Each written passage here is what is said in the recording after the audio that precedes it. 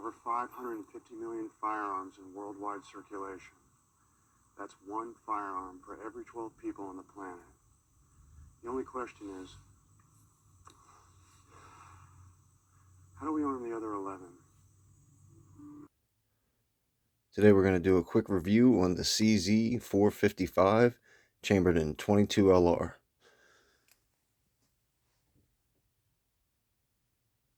Go ahead and give you a quick look. I bought this from a friend of mine, so this is how it was configured when I got it. This is a Bushnell scope. That's all I can tell you. If any of you have watched many of my videos, you know I don't know diddly about scopes. But that was on there when I got it. I can't find the owner's manual, so I just kind of basically went off some of the videos that I watched. I don't know a whole lot about this gun, but from what I understand, it does have an adjustable trigger, and we'll talk about that when we get up to it. And then 22 LR, CZ455. And then real quick, it's got an all black gun with the composite stock and a black barrel. And starting at the butt stock, it's got one of the little rubber squishy things for the butt stock. It's got the little thumb hole cut out for the stock and the faux pistol grip deal. This is the varmint version. This rifle is really heavy, and I don't understand why. For being 22 LR, it's super duper heavy.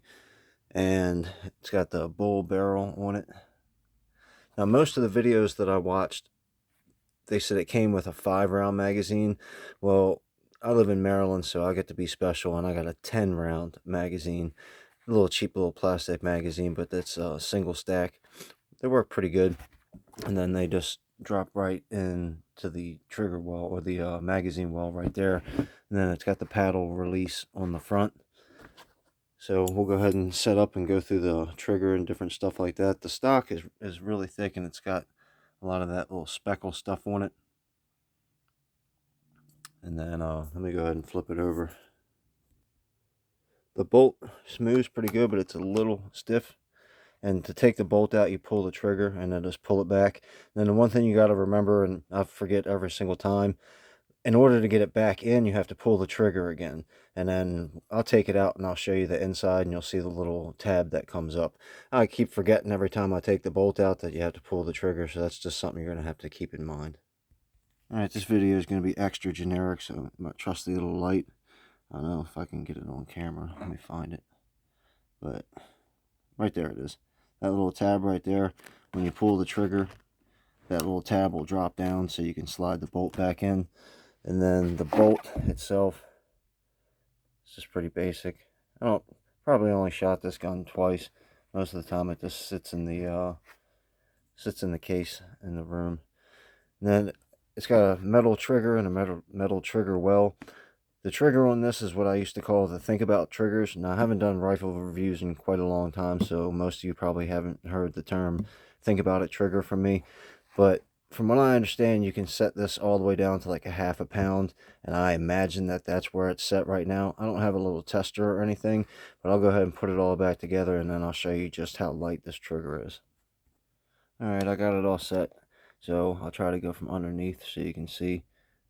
I'm barely going to touch it at all, and it broke. So this is definitely one of your think about it triggers. Let's see if I can get a better shot. Now, obviously from the video you can't see exactly how light I'm pushing that, and I don't want to stick something like generic or whatever in there, but anyway, super light trigger. And like I said, this one came, at least the guy I bought it from had a 10-round magazine for it.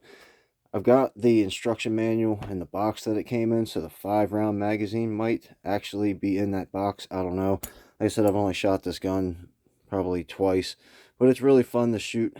Like I said, it's super heavy for a 22 LR, and I don't really know much about it, so maybe you guys would know why it's such a heavy gun for such a small caliber. Then it's got the little post on the bottom so you can mount what you're going to need back there. I've noticed most of the videos guys had bipods mounted to these two posts right here, so I guess you could do that, or maybe a a sling or something. But either way, just a quick little generic video. Travis P11 did the 22 chat the other day, so I figured I'd break out the rifle and maybe do a 22 review. Alright, thanks for watching.